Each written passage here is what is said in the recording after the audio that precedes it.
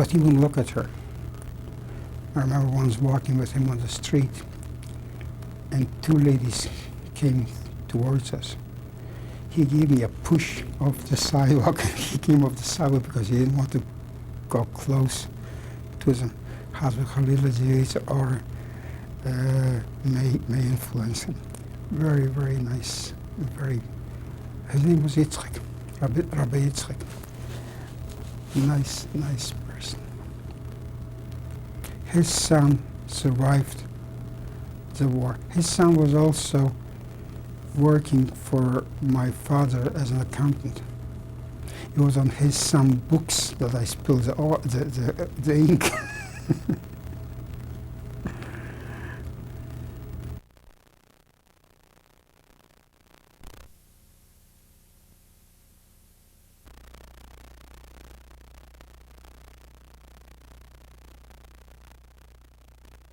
Of David Cuperfain. Mr. Cuperfain, could you describe to us a typical Shabbos in your home?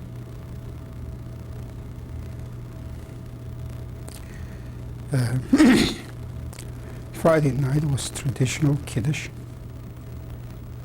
and in those days we didn't have any bakeries, so I remember those big raisin challah that was baked at the house. I love those raisin challah, and of course everything was baked and cooked home. There wasn't any supplies from outside. Saturday morning, I would go with Father to shul. Father had a beautiful voice, and inevitably he was recruited to daven beautifully. His favorite prayer was Kiddush for during the Musadek Shemoneh, and he said it beautifully. I wish I could do it, but it was his favorite. And on Saturday morning, the janitor used to go to the post office before we went to shul. He used to go to the post office and bring the mail. On Saturday morning was mail. So he was a Shabbos goer. He opened up the mail, and Father and Uncle sat and read it, and then we got to shul. After shul, we had dinner, went to sleep, often used to go on Saturday afternoon to a show, and those days they called it kino in Polish. So Saturday afternoon I often used to do the kino, and some cowboy movies or something of the sort. Otherwise those days were uneventful. Nothing particular special too. Did you get together with family? Yes, but they lived at the other end of town, except our uncle and his family lived close by, but my aunts and cousins lived at the other end of town, so to walk on Shabbos was too far. One cousin used to come over and spend time, but it wasn't just on Shabbos. She would come over on many other occasions. You were an only child. What kind of a kid were you? I don't know. I hope I was a good one. I was quite astute and perceptive. Like when I said to my father about, you don't think I got it, I earned this 5 for my spelling. There was other thing which I hard to recall events like this, but I was a fairly smart little boy. I didn't get into many troubles, except for the English, I suppose. Are there any other incidents from your childhood that you remember? There are many incidents in childhood one remembers, but to recall them at the spur of the moment is rather difficult. So I don't really recall them right now.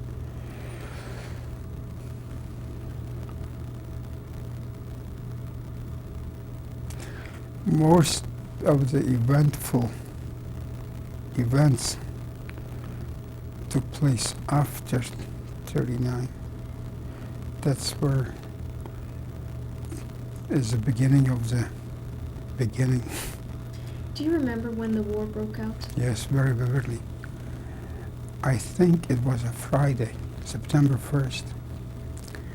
We were asleep early in the morning, and two very loud explosions woke us. We had no idea what it was, but we soon found out that two bombs were dropped. We lived not far from the railway tracks, because the factory was close to the railway tracks to ship the goods, and we lived not far. Apparently one German plane penetrated as far as we lived and dropped two bombs.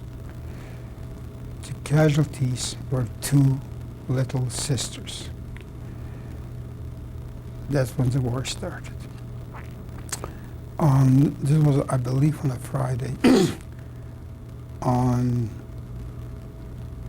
Yes, I remember when I heard the war broke out, I started to cry very bitterly because father was going to be taken to the army. And everybody told me, no, your father is too old to go to the army. They don't take people that age into the army.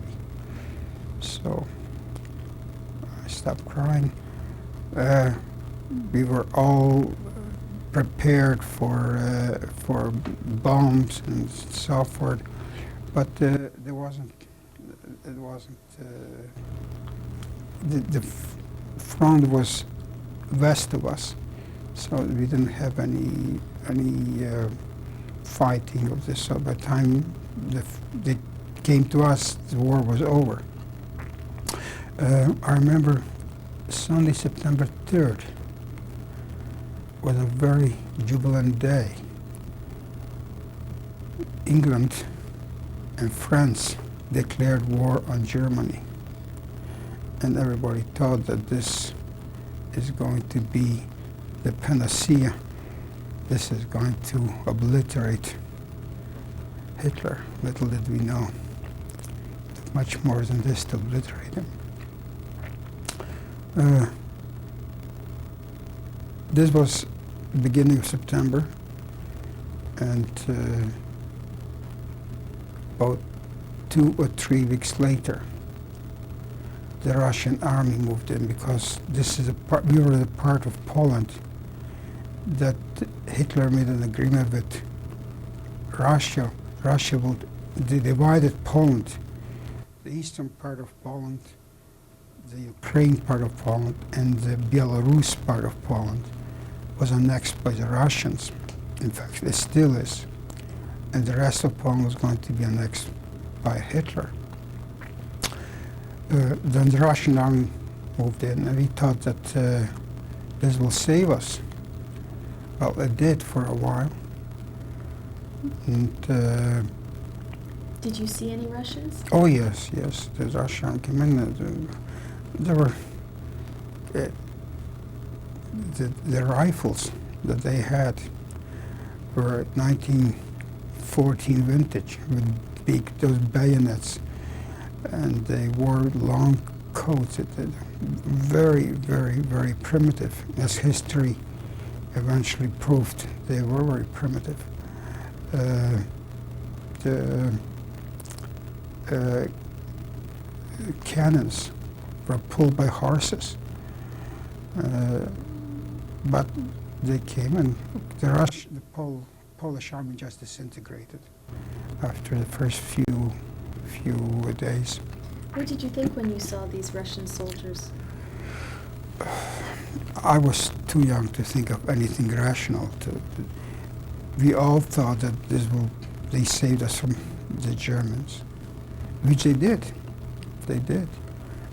Many Jews were saved because the Russians took a lot of the intelligentsia, the Jewish intelligentsia, and shipped them out to Siberia. And that was saved them eventually, and they came back alive after the war. But we were there, and we thought it was great until October. I remember it was an evening, so it was done. So unceremoniously, 2 people from the NKVD, which is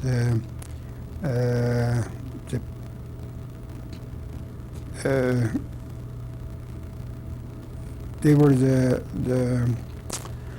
secret police. Later they changed their names to forgot. And they came in and they said, "We are nationalizing your factory. You have to be out of here." And gave us an ultimatum, 2 or 3 weeks. And of course we followed suit. And this was fall of '39. And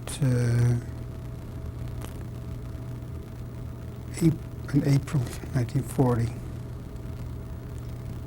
So what happened once they nationalized? Well, they Father's kicked house? us out. We just took our personal belongings. That's all. Where did you go? Well, we moved down the street. There was a place where we moved into an apartment, and we stayed. We lived there. And who moved into your apartment? They took our apartment and they turned it into offices. And the fellow that was a mechanic was elected to be the nachalnik, which was the director. And he took over, from what I understand, our bedroom and put in a office there, and that was his little domain. A lot of people were quite upset. As I say, father and uncle were not only rich, but they shared with their world. And this is not hyperbole. This is fact. They weren't ostentatious in their giving, rather discreet. But a story is being told. There was a fellow once came to visit us, and he took a horse and well, we used to call them droshky, which was a horse and buggy that used to, with a driver, they used to drive them with a carriage. And he said to the driver, "Do you know where the Cuperfains live?" And the driver said to him, "Don't ask where the Cuperfains live. Ask where the people who support so many institutions live."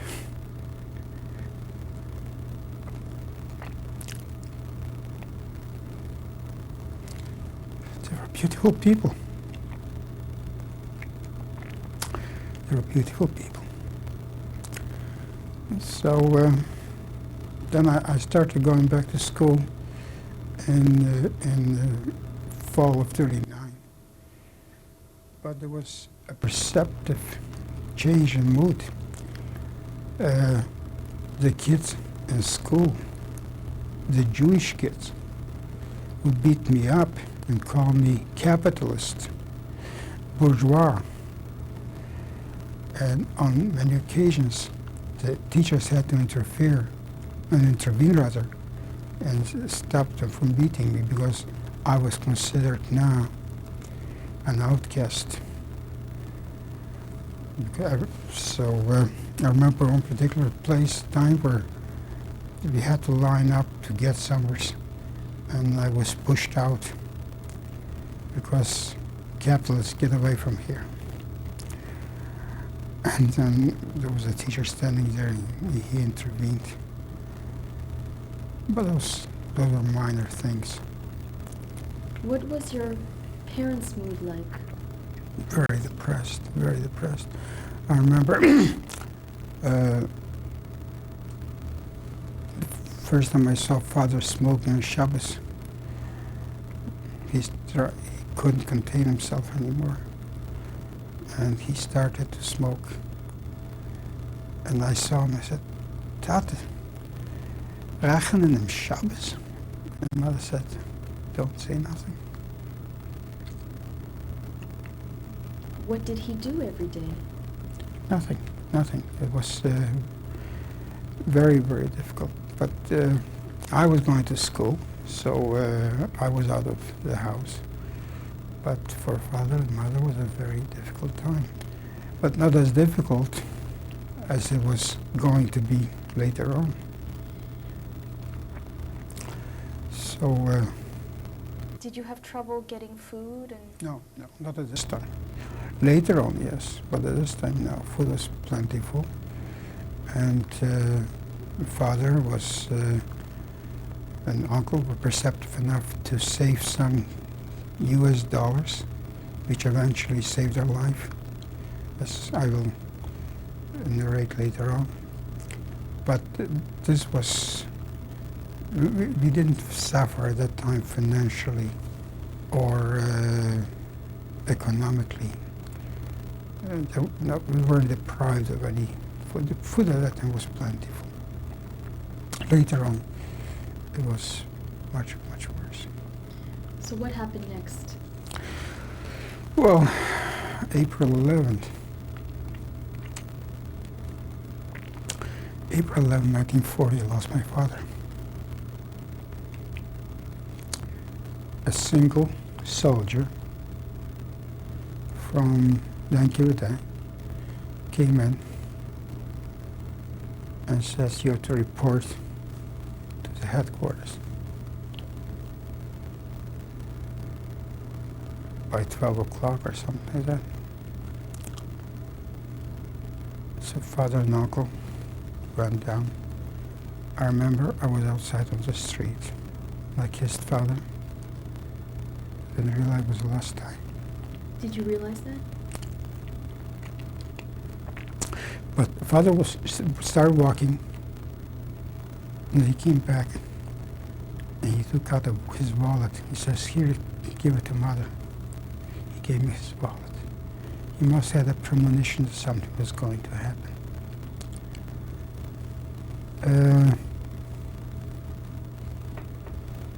I don't know how much credence to put into this little story,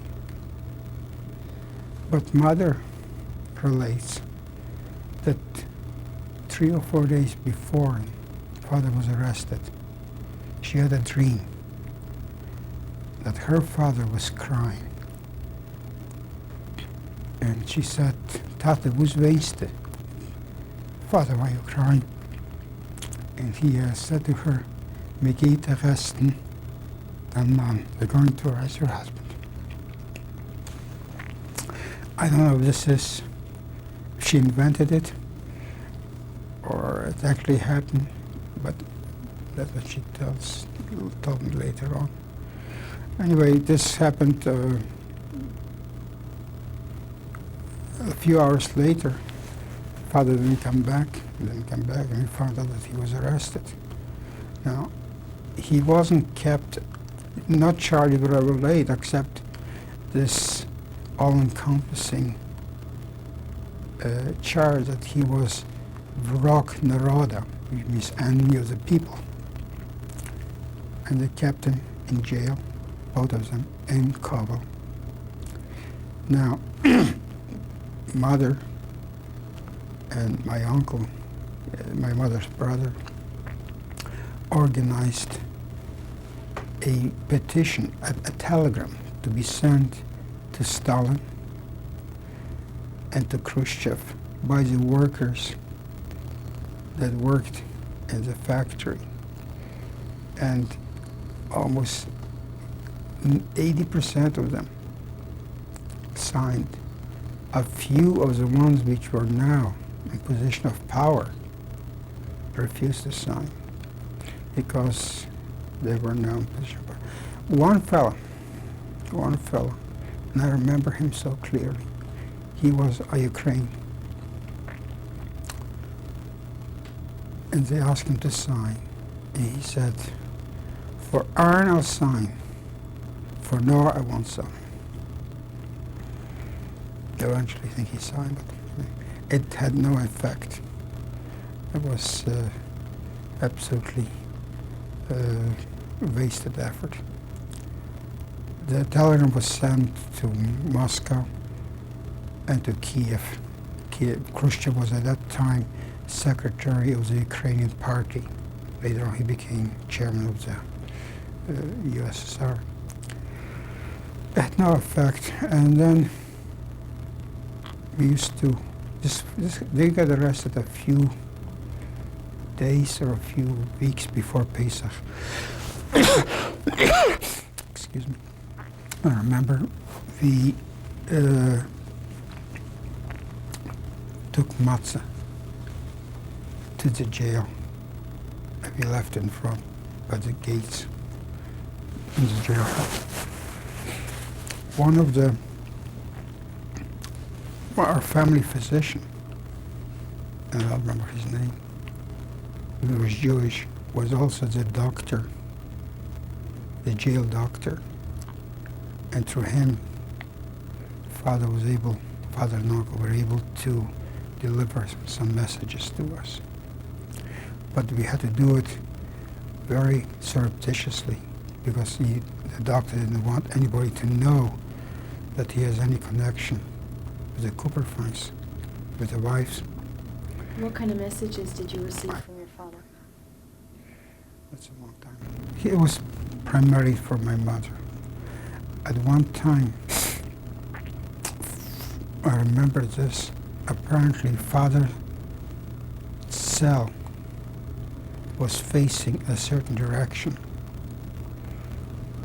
So this doctor told Mother, walk in front of this, in this area,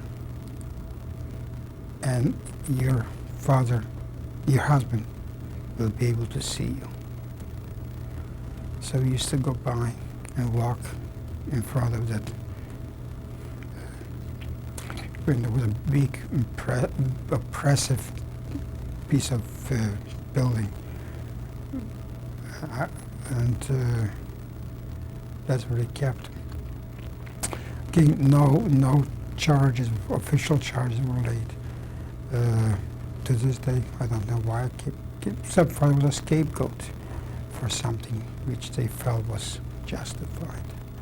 What was your mother like at this time? Distressed. In Jewish jail, they call it terme. Was in the terme, and it was very, very oppressive. Very, very.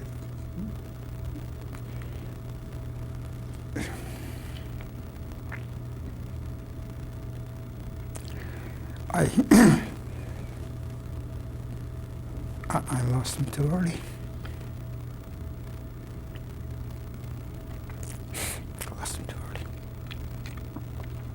And then we became afraid.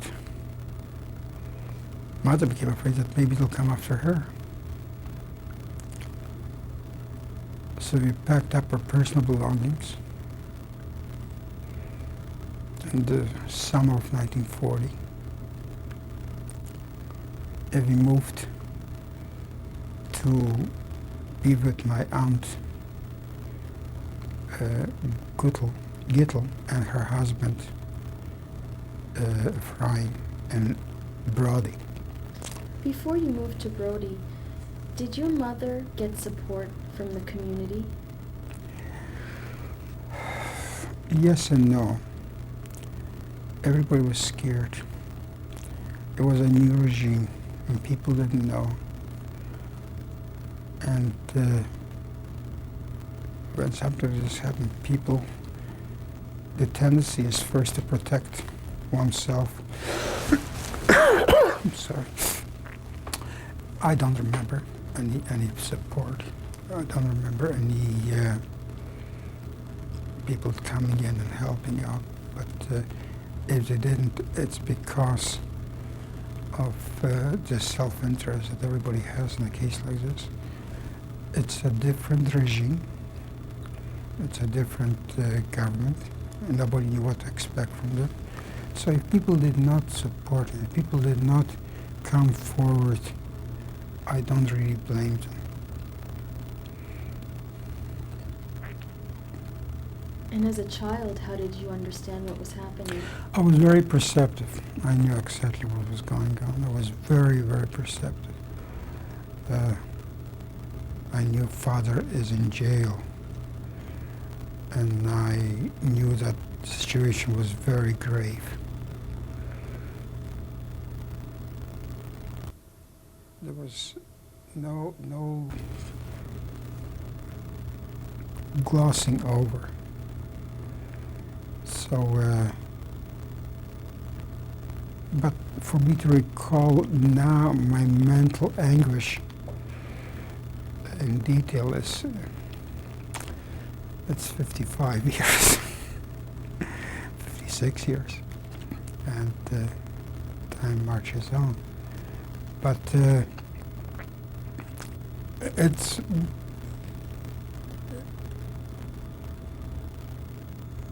a part of the youth where one should have freedom and should grow and be nurtured. It's a formative years. You know, I look in retrospect from all what I went through, I say, thank God that I turned out where I am. I could have been infinitely worse. But I'm quite satisfied the way I developed. So what happened next? Well, I actually went to Brody, and